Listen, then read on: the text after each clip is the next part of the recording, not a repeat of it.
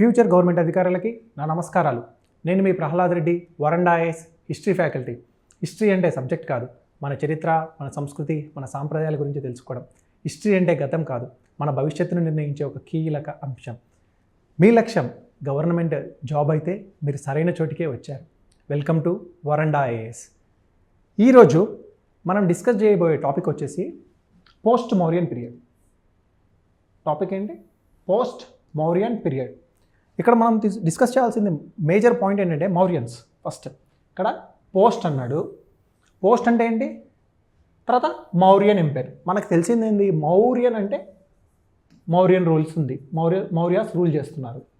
Post అంటే Mauryans downfall అయిపోయిన తర్వాత ఎవరు ఇండియాని రూల్ చేశారు అన్న దాన్నే మనం పోస్ట్ మౌర్యన్ పీరియడ్ అని అంటాం. ఇక్కడ మనకు ఒక క్లారిటీ మిస్ కాకూడదు. మనం ఆ క్లారిటీ ఏంటంటే, ఫస్ట్ ఆఫ్ ఆల్ మౌర్యన్స్ మనకు ఒక పెద్ద డైనాసిటీ ఏంటంటే ఇండియాలో ఉన్నది, అది Mauryan dynasty. Mauryan dynasty end అయిపోయిన తర్వాత బికాస్ ఆఫ్ వీక్ రూలర్స్ స్ట్రాంగ్గా లేకపోవడం వల్ల మౌర్యన్ డైనాసిటీ అనేది ఎండ్ అయిపోయింది. మనకి ఇంకోటి తెలుసు, ఎప్పుడైతే ఒక డైనాసిటీ వీక్ అవుతుందో అప్పుడే ఎనిమీస్ వచ్చి అటాక్ చేసి ఆ ఎంపైర్ని మొత్తం లాగేసుకొని వాళ్ళు రూల్ చేస్తారు. ఇక్కడ కూడా సేమ్ అలానే సిచ్యువేషన్ జరిగింది. ఏం సిచ్యువేషన్ అంటే, Mauryans under the rule of Ashoka, under the rule of Chandragupta Maurya, under the rule of Bindusara, వీళ్ళందరి టైంలో వెరీ స్ట్రాంగెస్ట్ పవర్ ఉండేది మౌర్యన్ ఎంపైర్ అనేది. ఈ మౌర్యన్ ఎంపైర్ కాస్త లాస్ట్కి వచ్చేసరికి లైక్ బిహద్రత ఆ స్టేజ్కి వచ్చేసరికి అశోకుడు తర్వాత వచ్చిన రూలర్స్ అందరూ చాలా వీక్ రూలర్స్ అనమాట. బికాస్ ఆఫ్ వీక్ రూలర్స్, వాళ్ళు స్ట్రాంగ్గా లేకపోవడం వల్ల, ఆర్మీ లేకపోవడం వల్ల, అవతల వాళ్ళని ఓడించలేకపోవడం వల్ల ఈ డైనాసిటీ అనేది శుంగాస్ చేతిలో, మౌర్యస్ ఎవరి చేతిలో? Shunga is nothing but Brihadratha. Last Mauryan ruler ఎవరు? బృహద్రథ. ఈ బృహద్రథ అనే ఆయన ఎవరి చేతిలో ఓడిపోతాడు? శుంగాస్ చేతిలో. శుంగా ఎవరైనా? పుష్యమిత్ర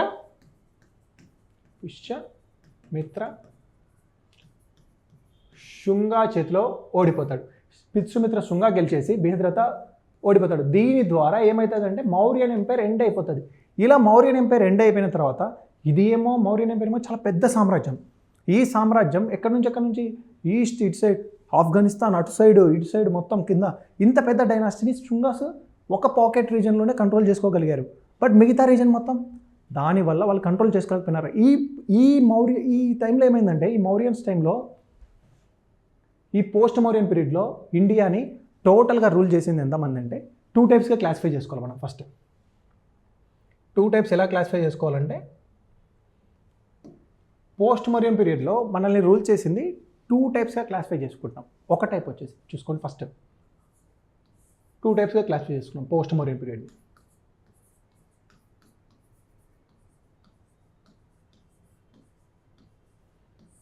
ఈ 2 టైప్స్ క్లాసిఫికేషన్లో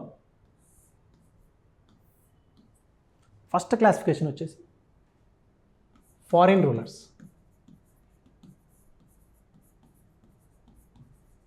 బాగా చూడండి, ఫారిన్ రూలర్స్ అంటే ఇండియాలోకి ఫారిన్ నుంచి, అంటే వేరే నేటివ్ రూలర్స్ కాదు, వీళ్ళు వేరే ఏరియాస్ నుంచి అటాక్ చేస్తున్నారు. అర్థమవుతుందా? నాట్ నేటివ్ టు ఇండియా రీజన్లో ఉన్న వాళ్ళు కాదు, వేరే రీజన్స్ నుంచి ఇండియా మీద అటాక్ చేసి ఆ రీజన్లో వాళ్ళు రూల్ చేయడానికి స్టార్ట్ చేశారు. దాన్ని ఫారిన్ రూలర్స్ అంటాం. ఇంకో క్లాసిఫికేషన్, ఇండియాలో కూడా కొంతమంది రూలర్స్ ఉంటారు కదా, నేటివ్ రూలర్స్. వీళ్ళు కూడా రూల్ చేయడం స్టార్ట్ చేశారు. కొన్ని పార్ట్స్ ఏమో ఫారిన్ రూలర్స్ స్టార్ట్ చేశారు, కొన్ని పార్ట్స్ ఏమో నేటివ్ రూలర్స్ స్టార్ట్ చేశారు. ఈ ఫారిన్ రూలర్స్ ఎవరెవరు అంటే, మీరు గుర్తుపెట్టుకోవాల్సిన కోడ్ వర్డ్ ఏంటంటే, బాగా గుర్తుపెట్టుకోండి, ISPK. ఎట్లా? ISPK. మీరు ఎట్లా గుర్తుపెట్టుకో? ISPK చూడండి, సింపుల్గా ISPK. ఈ ISPK ఎట్లా గుర్తుపెట్టుకోవాలంటే చూడండి, simple, PSPK, power star Pawan Kalyan. ఇక్కడ మనం పీ బదులు ఏం చేస్తున్నాం? ఐ పెడుతున్నాం. IS Indian star Pawan Kalyan అనుకుందాం for suppose. Indian star Pawan Kalyan. ఇక్కడ చూడు, ఫస్ట్ ఎవరు వచ్చారు? ఐ అంటే ఇండో గ్రీక్స్. ఈ ఆర్డర్ మీదనే క్వశ్చన్స్ అడుగుతున్నాడు. పోస్ట్ మౌర్యన్ పీరియడ్లో ఫారిన్ రూలర్స్ ఆర్డర్ అంటాడు. ఆర్డర్స్ ఏంటి? ISPK, Indo. ఫస్ట్ ఏంది? ఐ అంటే ఇండియన్ స్టార్ పవన్ కళ్యాణ్. అంటే ఐ అంటే ఏంటి చెప్పు? Indo Greeks. ఎస్ అంటే ఏంటి? సకాస్. పి అంటే ఏంటి? పార్థియన్స్. కే అంటే కుషాన్స్. బాగా గుర్తుపెట్టుకునే ISPK, ఇండో గ్రీక్స్, షకాస్, పార్థియన్స్, కుషానస్. వీళ్ళు అనే వాళ్ళు ఫారిన్ నుంచి వచ్చి north western part of India ఉంటుంది కదా మనకి, ఇట్లా ఈ నార్త్ వెస్టర్న్ పార్ట్ ఆఫ్ ఇండియాని క్యాప్చర్ చేసి, ఆక్యుపై చేసి, అక్కడ నుంచి సెంట్రల్ ఏషియా నుంచి, ఇక్కడ నుంచి వెస్ట్ ఏషియా నుంచి వచ్చి అటాక్ చేసి ఈ నార్త్ వెస్టర్న్ రీజన్ని క్యాప్చర్ చేసి రూల్ చేశారనమాట. వాళ్ళు ఎవరెవరు? Indo Greek, Sakas, Parthians, Kushanas, వీళ్ళనమాట. తర్వాత ఇప్పుడు ఇండియన్ రూలర్స్ ఎవరు? ఇండియన్ రూలర్స్ వచ్చేసి నార్త్ ఇండియన్ ఒక రూల్ చేశారు, మగధ రీజన్ ఒక రూల్ చేశారు, తర్వాత డెక్కన్ రీజన్ ఒక రూల్ చేశారు. వాళ్ళు ఎవరంటే శుంగాస్. మనకు తెలుసు కదా, లాస్ట్ మౌర్యన్ రూలర్ని ఓడగొట్టి ఎవరు ఎస్టాబ్లిష్ చేశారు? శుంగాస్. తర్వాత కన్వాస్. దాని తర్వాత వచ్చింది శాతవాహనాస్.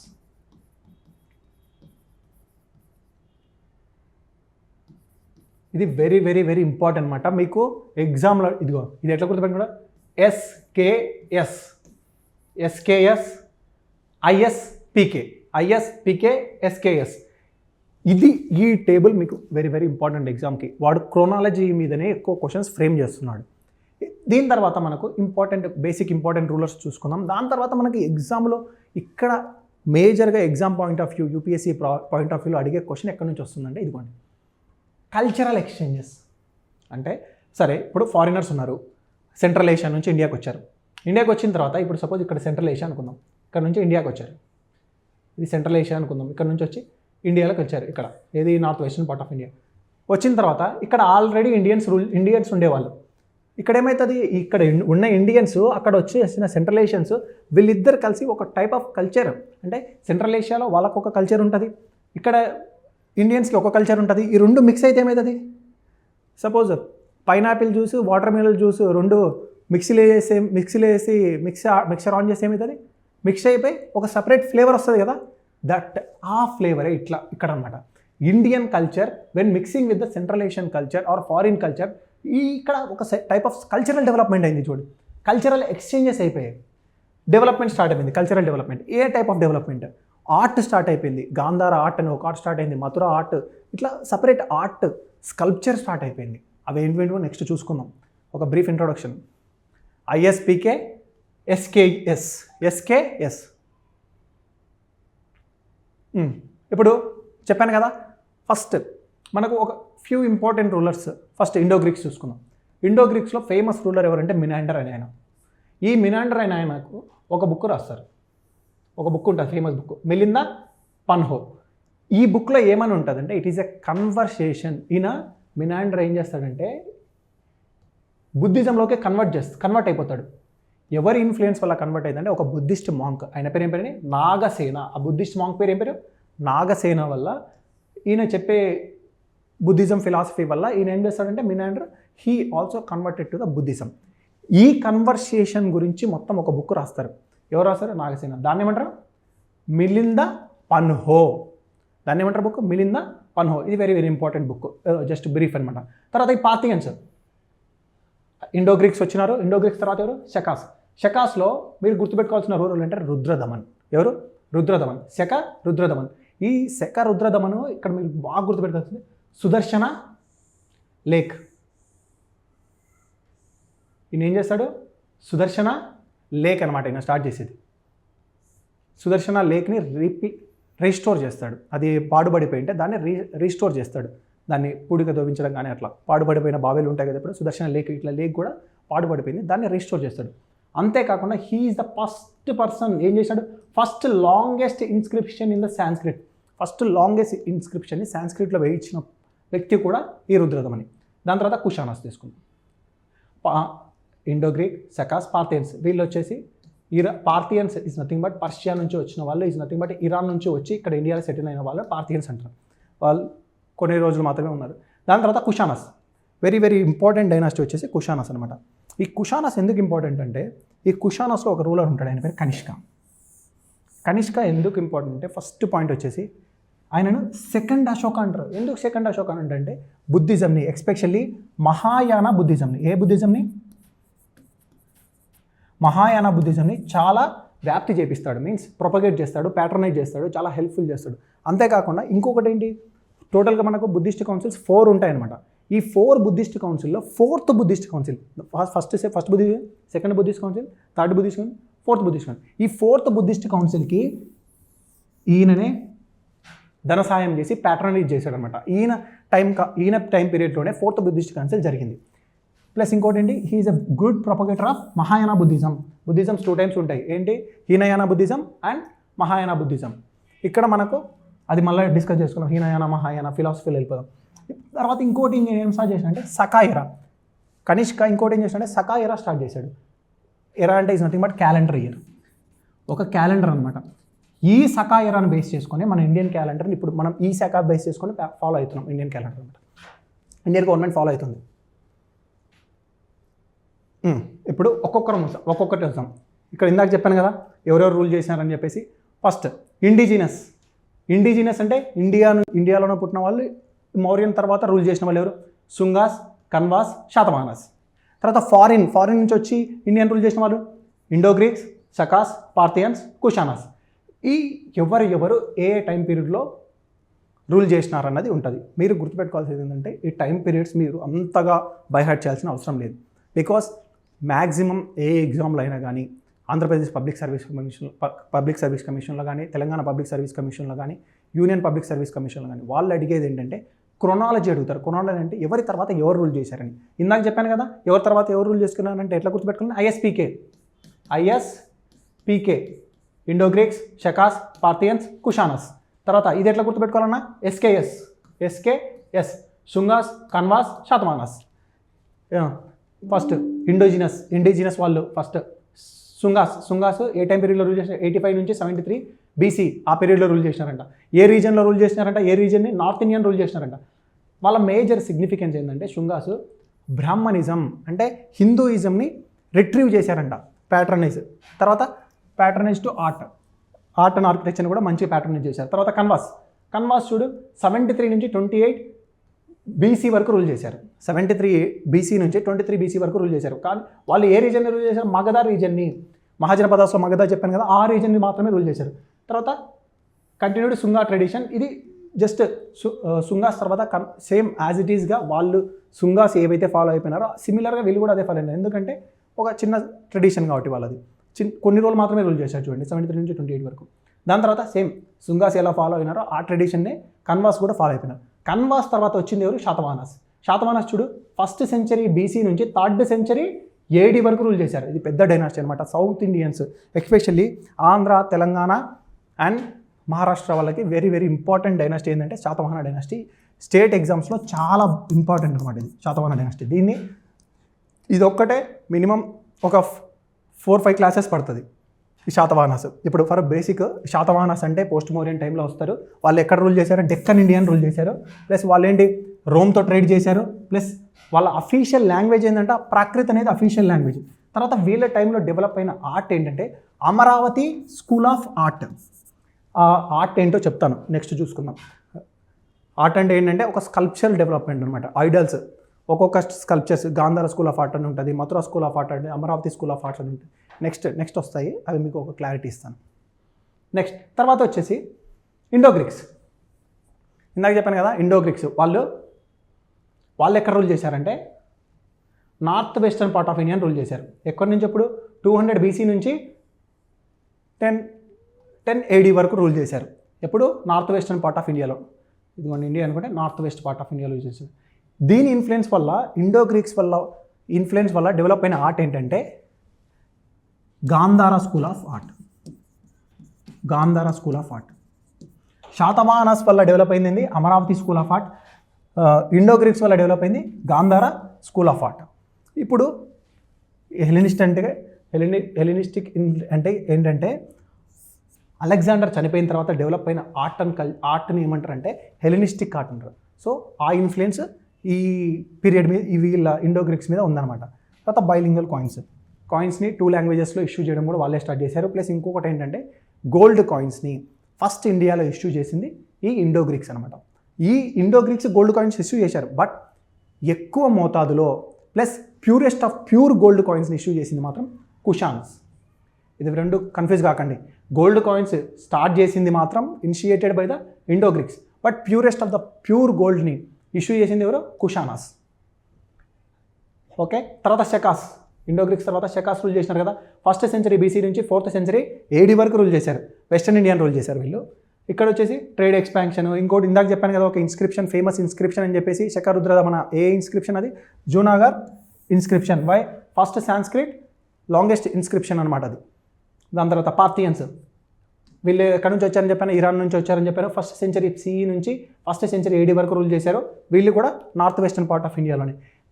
దాని తర్వాత కల్చరల్ లింక్స్, షార్ట్ రూల్, చాలా తక్కువ టైం రూల్ చేశారు. తర్వాత కుషాన్ ఎంపైర్ 1st సెంచరీ నుంచి ఇక్కడి వరకు 3rd సెంచరీ వరకు, 1st సెంచరీ AD నుంచి 3rd సెంచరీ AD వరకు north India and central India కూడా రూల్ చేశారు వీళ్ళు. North India and central India చేశారు. మేజర్గా ఇందాక చెప్పాను కుషాన ఎంపైర్లో మేజర్ పర్సన్ ఎవరని చెప్పాను నేను? Major person Kanishka. ప్లస్ ఇంకోటి ఏంటి? మహాయాన బుద్ధిజంని డెవలప్ చేశారు వీళ్ళు. తర్వాత గాంధార ఆర్ట్ని. ఇంకోటి ఏంటంటే these dynasty Kushana empire India used to have the control of silk route మీద కమాండ్ ఉండేది. ఎవరి టైంలో? కుషానా టైంలో, కనిష్క రూల్ చేసే టైంలో. సిల్క్ రూట్ అంటే చెప్పాను కదా, సెంట్రల్ ఏషియా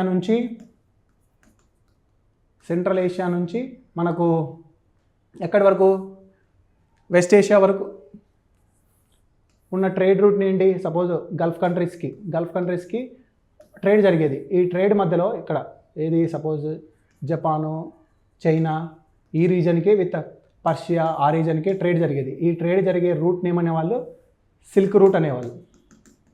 ఈ సిల్క్ రూట్ మీద కమాండ్ ఎవరు తెచ్చుకున్నారంట? కుషానా ఎంపైర్ కమాండ్ తెచ్చుకుందనమాట. కుషానా ఎంపైర్ ఎవరి టైంలో?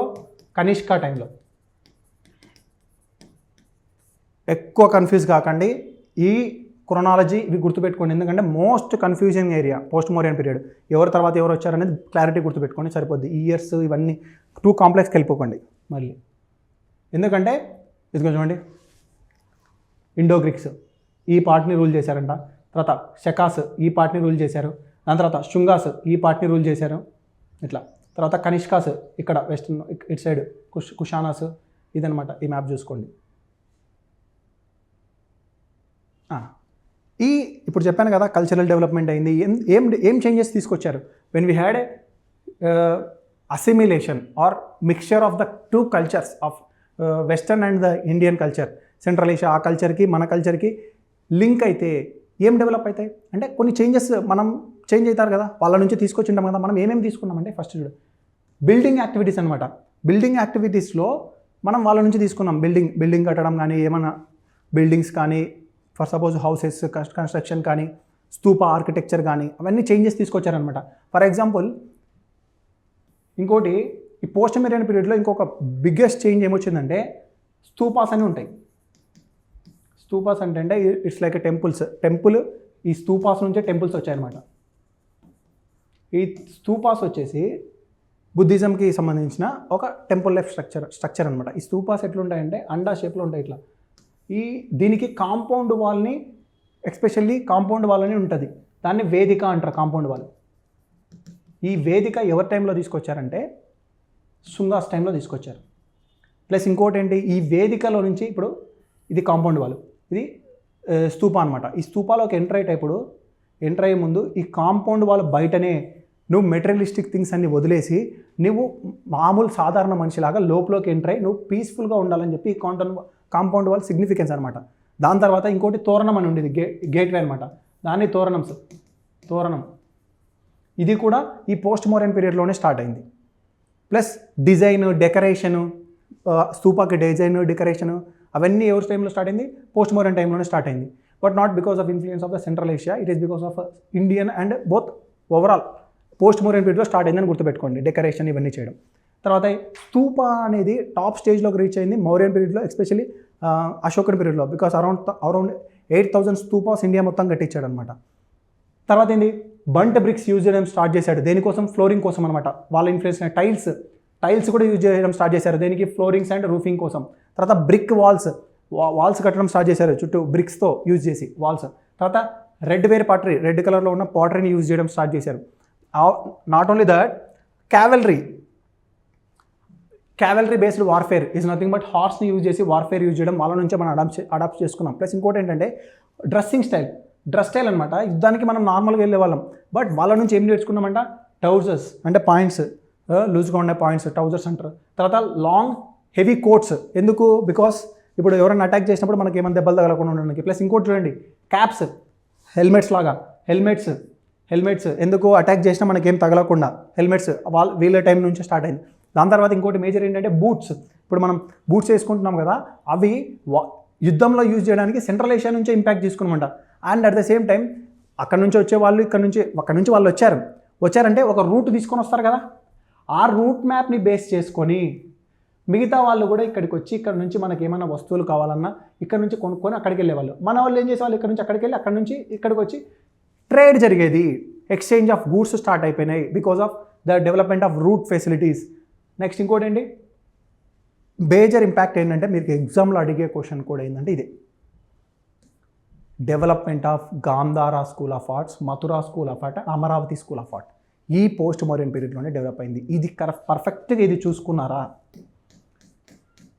Very very important. ఆ క్రోనాలజీ అండ్ దిస్ ఆర్ట్ ఏమేమి డెవలప్ అయింది, ఏమేమి చేంజెస్ వచ్చినాయి, ఎనఫ్ చూసుకోండి. ఎక్కడ చదవాలని కూడా చెప్తున్నాను క్లారిటీగా.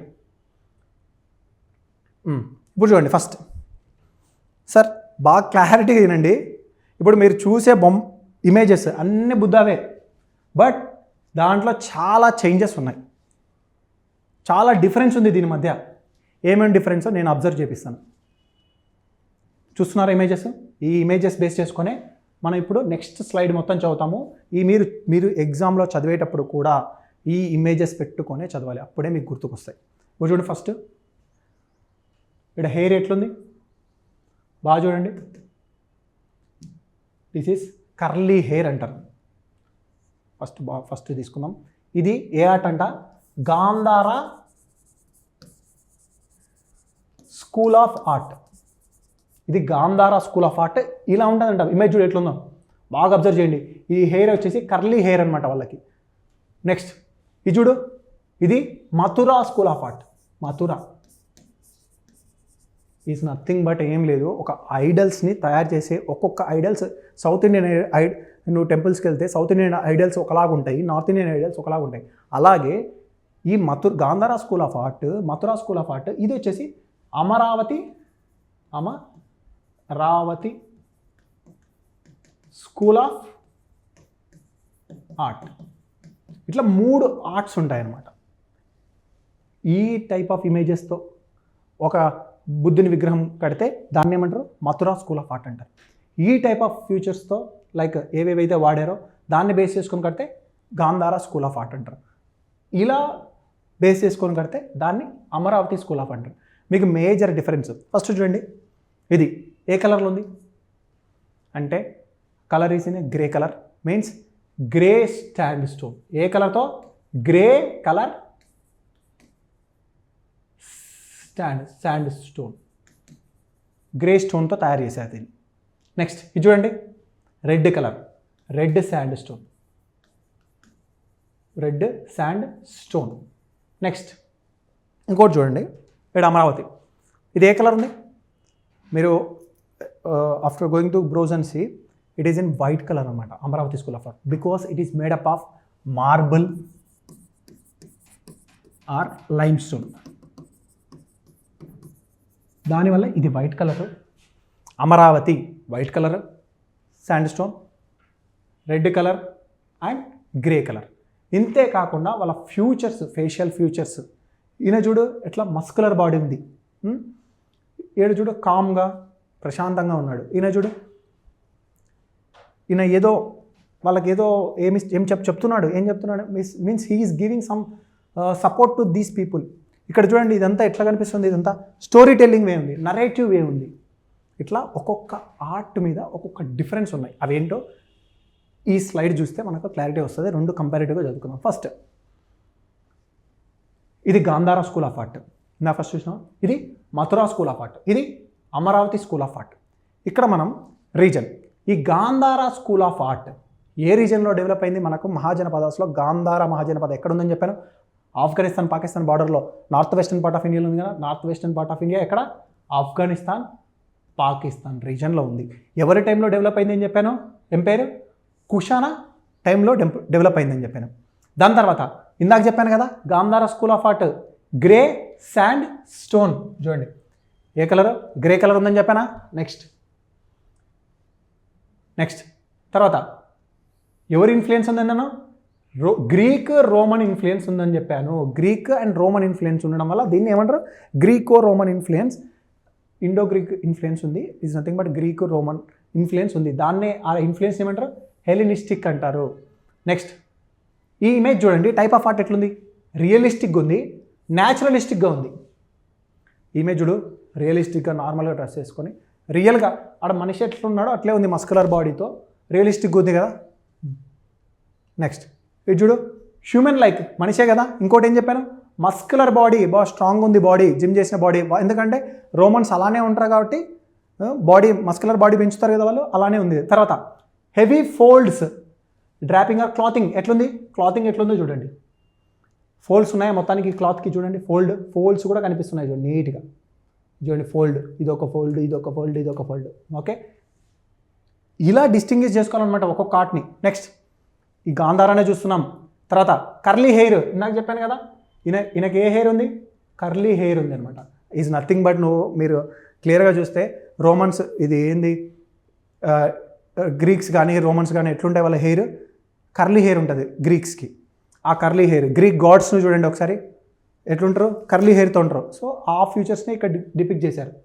నెక్స్ట్ ఇంకోటి ఏంటి? Curly hair okay, Greek style. తర్వాత అన్నీ ఈ గాంధార స్కూల్ ఆర్ట్కి సంబంధించినవన్నీ ఏవి డిపిక్ట్ చేస్తాయంటే మేజర్లీ బుద్ధిజం గురించి చెప్తాయన్నమాట. దేని గురించి చెప్తాయంట?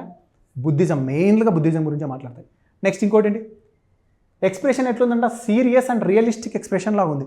మీకు ఫేమస్ సైట్స్ ఎక్కడ ఉన్నాయంటే ఈ గాంధార ఆర్ట్ గురించి కనిపించేవి ఎక్కడ ఉన్నాయంటే పెషావర్లో కనిపిస్తాయి. తర్వాత తక్షశిల కూడా ఈ గాంధార ఆర్ట్కి సంబంధించిన ఫ్యూచర్స్ అన్నీ కనిపిస్తాయి అనమాట మనకు. బాగా చూడండి, ఆఫ్ఘనిస్తాన్ పాకిస్తాన్ బార్డర్, కుషానా ఎంపైర్లో గ్రే స్టాండ్ స్టోన్ యూజ్ చేశారు. తర్వాత హెలినిస్టిక్ ఇన్ఫ్లుయెన్స్, తర్వాత ఏంటి న్యాచురలిస్టిక్ ఆర్ రియలిస్టిక్, తర్వాత మస్కులర్ బాడీ, తర్వాత హెవీ ఫోల్డ్స్ ఉన్నాయి డ్రెస్ పైన, దాని తర్వాత కర్లీ హెయిర్ ఉంది ఆయనకు. తర్వాత మెయిన్లీ బుద్ధిజం గురించి, దట్టు మహాయాన గురించి మెన్షన్ చేశారు. తర్వాత సీరియస్ ఆర్ రియలిస్టిక్ ఏ రీజన్లో దొరుకుతున్నాయి? అవి తక్షశిల ఆర్ పెషావర్లో దొరుకుతున్నాయి. నెక్స్ట్ సేమ్ ఇక్కడికి వచ్చేసాం. మథురా అంటే ఎక్కడుంది ప్లేస్? మనకు తెలుసు యూపీలో ఉంది, అంటే యూపీ రీజన్కి సంబంధించింది. ప్లస్ ఇంకోటి ఎవరి టైంలో మేజర్గా ఉంది? కుషానా ఎంపైర్ టైంలో, ప్లస్ గుప్తా ఎంపైర్లో టైంలో కూడా ఉంది అనమాట. ఏది? Mathura school of art. తర్వాత ఇందాక చెప్పాను కదా ఏ స్టోన్ కూడా అన్నారు? Red sandstone. బాగా చూడండి, ఏ stone? Red sandstone. Okay, next pure Indian. ఇది ఎవరి ఇన్ఫ్లుయెన్స్ లేదు, ఇక్కడ రోమన్ ఇన్ఫ్లుయెన్స్ ఉంది, గ్రీకో రోమన్ ఇన్ఫ్లుయెన్స్ ఉంది Gandhara school of art. But here there is no any influence, pure indigenous ఇండియాలోనే ఉన్నది అది. నెక్స్ట్ ఇంకోటి ఏంటి? Symbolic and spiritual.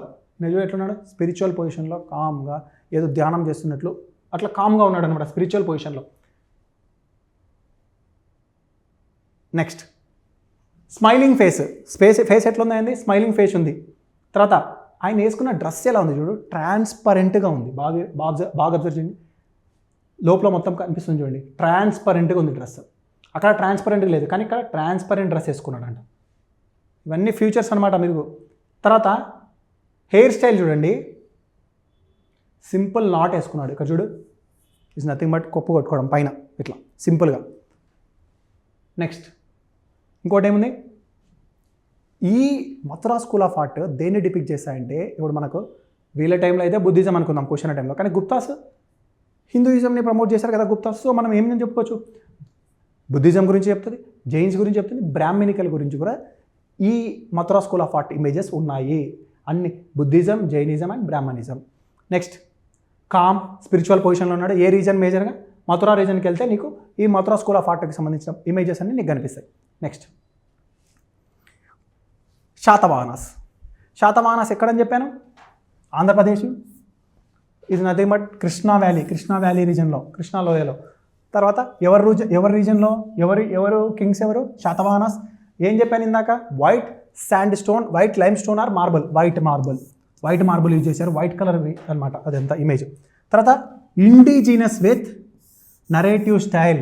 ఇందాక చెప్పానా నరేటివ్ అంటే ఇది కూడా ఇండిజినసే, ఎందుకంటే ఎవరి ప్రోత్సాహం వల్ల, వీళ్ళ ప్రోత్సాహం వల్ల, ప్లస్ ఎవరి ఇన్ఫ్లుయెన్స్ లేదు. ఇదైతే గాంధార వచ్చేసి ఇండో గ్రీకో రోమన్ ఇన్ఫ్లుయెన్స్ ఉంది, బట్ మథురా కూడా ఎవరి ఇన్ఫ్లుయెన్స్ లేదు. కానీ అమరావతి కూడా ఎవరి ఇన్ఫ్లుయెన్స్ లేదు, ఇండిజినస్ ఇండియాలోనే పుట్టినది, ఇండియాలో ఉన్నదే ఆర్ట్. ప్లస్ ఇంకోటి నరేటివ్ స్టైల్ అని చెప్పారు. ఇది మథురాకి అమరావతికి నరేటివ్ స్టైల్. నరేటివ్ అంటే ఇది చూడండి, నరేటివ్ అంటే ఏదో ఒక స్టోరీ మీకు చెప్తా ఉంది ఈ ఇమేజ్, ఒక స్టోరీ, ఆ స్టోరీ ఏదో మనమే అనుకోవాలన్నమాట. మనము ఈ స్టోరీని డిపిక్ట్ చేయొచ్చు. ఈ ఇమేజ్ చూస్తేనే మనకు some kind of story telling అని మనకు అర్థమవుతుంది. నెక్స్ట్ తర్వాత డైనమిక్ డెకరేషన్, చుట్టూ ఉంది కదా డెకరేషన్. తర్వాత స్లిమ్గా ఉన్నాడు ఆయన, elegant, narrative skins, highly decoration ఉంది కదా, ఇంకా చుట్టూ చూస్తున్నాం కదా మనం. చూడండి మొత్తం ఇదంతా డెకరేషనే, ఇది డెకరేషనే, ఇక్కడ చూడు ఇదంతా డెకరేషనే, ఇది డెకరేషన్, అంతా డెకరేటివ్ స్టైల్ అనమాట అమరావతి స్కూల్. దాని తర్వాత స్టైలిష్గా ఉన్నాడు. ఇది కూడా మెయిన్లీ బుద్ధిజం గురించే రిప్రజెంట్ చేస్తుంది.